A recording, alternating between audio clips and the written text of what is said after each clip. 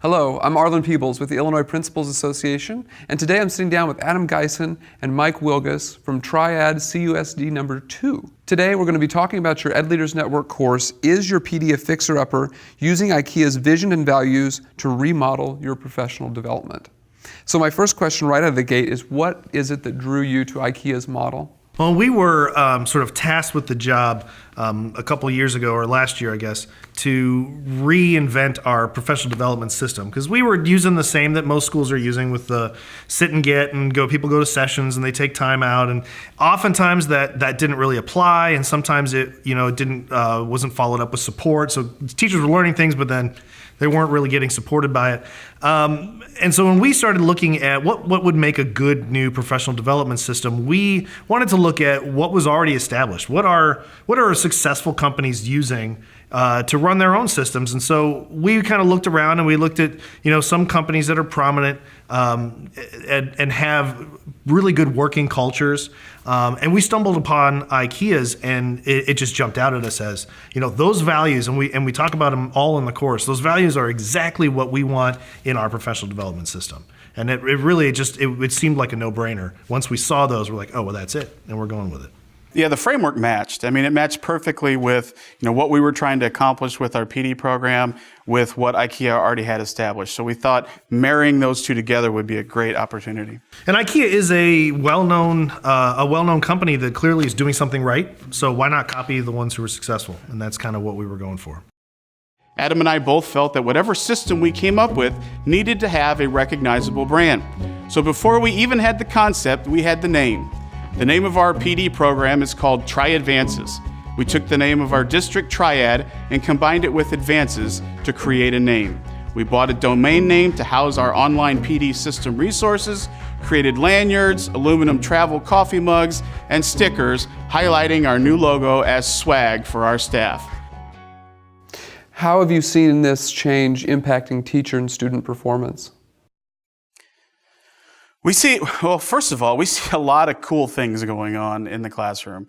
We get invited to teachers' classrooms to see the great technology applications that students are using in the classroom. Every time we go and visit a building, walking down the hall, there's kids out there with their Chromebooks, working on projects, screencastifying and using Padlet and things like that. Stuff like that I don't think really happened very often prior to this new system. So I think the learning is getting more innovative and more engaging, and I think the students are enjoying it, the teachers are enjoying it, and I think it's challenging the staff, because when one teacher does something, another teacher sees what's going on, and then, like Adam said, that causes questions to be asked to find out, well, what are they doing over there? Right. So then it just creates an environment of sharing between the staff members in the building. What do you see as your biggest success so far? What we see are teachers who were not tech forward coming to us saying, I saw this and I want to do this. Right. Nice. And and the ones that are trying to become more tech forward, even the teachers who are nearing the end of their careers are wanting to try things and are experimenting and doing things. And the young teachers who are new, who maybe have a better tech background, they're going to be a little easier to move into the program. But when we see these older teachers, these experienced teachers, these more seasoned teachers trying new things, that we know that we're hitting a group that was missed prior. Right. And what did you guys do to get teacher buy-in? Was there anything special? We did a lot of advertising. Yeah, I mean, our district offers CPDUs for participating in the program, so they can apply it for their recertification. They do offer some stipends, so they can earn some extra money depending on what types of badges they earn. So those two things were really the two initial incentives that we've provided. We have competitions between buildings, right. Offer some gift cards and things like that. Teachers love stickers. Yeah. We didn't realize that, but they love getting a sticker and button and putting it on their Chromebook. Mm-hmm. So those are just a few of the things that we've discovered already in the short time that we've done this that get teachers to get excited about something new. We're looking at incorporating as many other incentives as we can.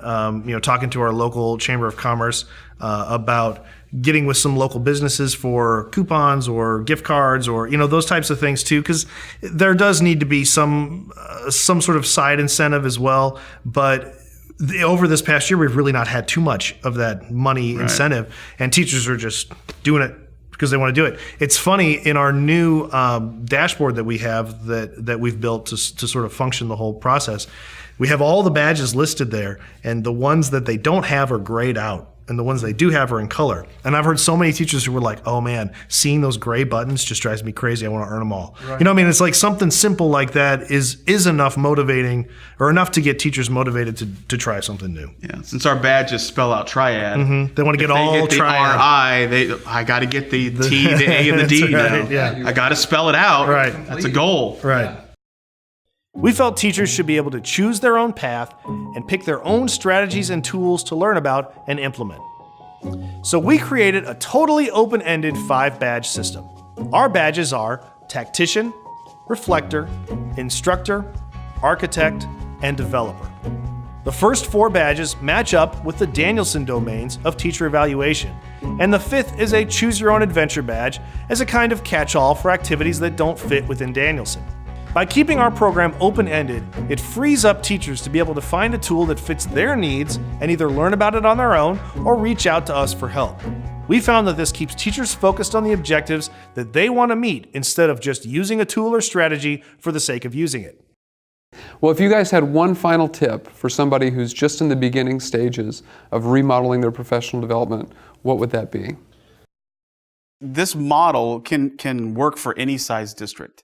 It can be a very small district. It can be a very large district. We've had conversations when we've presented at conferences with coaches, tech coaches that are in a very small district, wondering how they can incorporate it. And then we had a conversation with a district near Kansas City that had 30,000 staff members. And this model can be as small or as large as you need it to be. So it's, changeable.